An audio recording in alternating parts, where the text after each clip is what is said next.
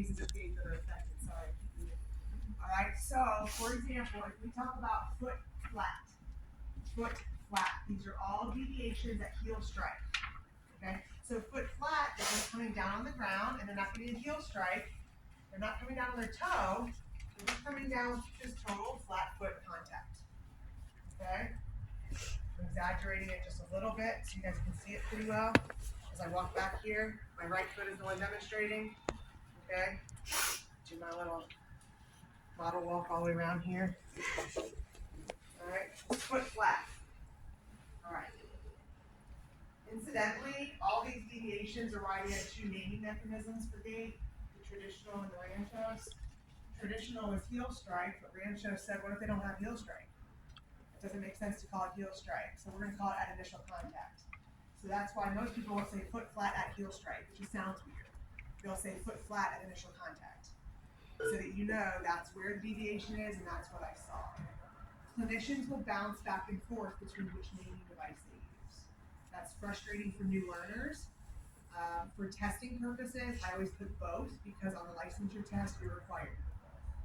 So on licensure, if they ask you a question about heel strike, they have to say heel strike / initial contact. Pretty sure I caught that on all my questions, but you're always welcome to ask if I missed something, okay?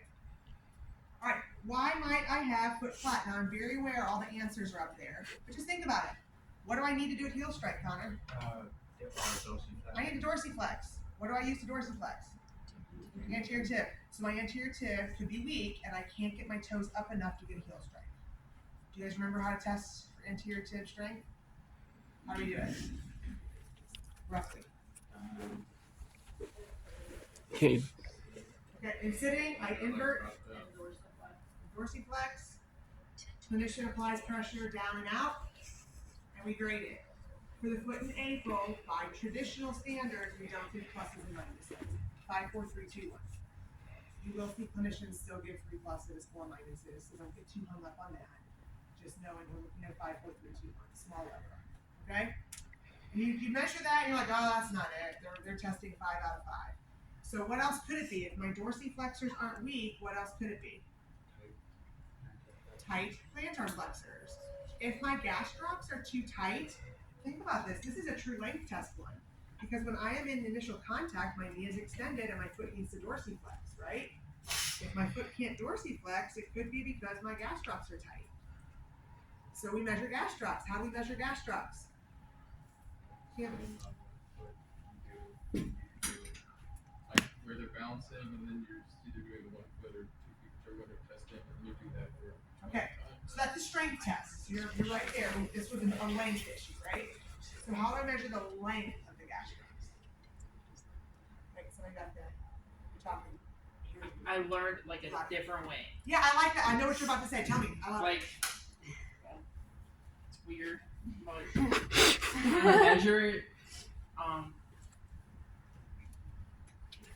Let me pull it again. Hold on, what? So you do it on and show us?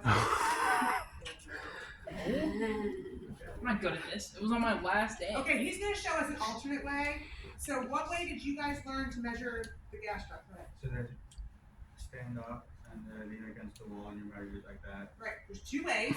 You can do the standing, kind of lean forward. And what's our landmark? What's our axis for dorsiflexion? Just distal to the lateral malleolus. What's our moving arm or distal arm?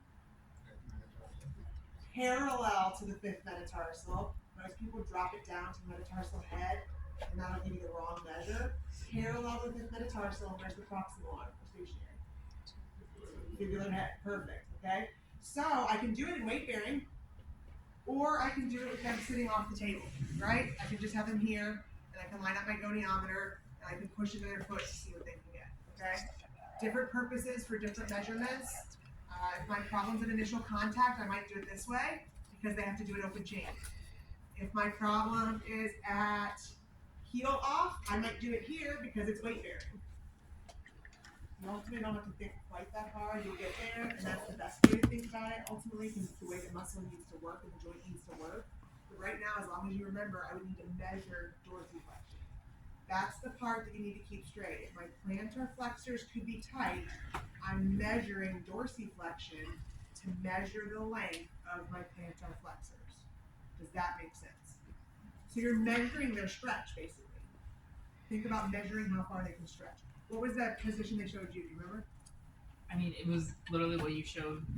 He had her like leg hanging off the table, and her just put her in a dorsiflexion. So that's actually the textbook mechanism. The textbook is to measure them in non-weight bearing, line it up, and just push. So we started showing people a lot more the weight bearing one because a lot of problems in gait occur at terminal stance because they don't have enough dorsiflexion. So a weight bearing dorsiflexion stretch has become popular. All right. Through this whole semester, we're going to be going through tons and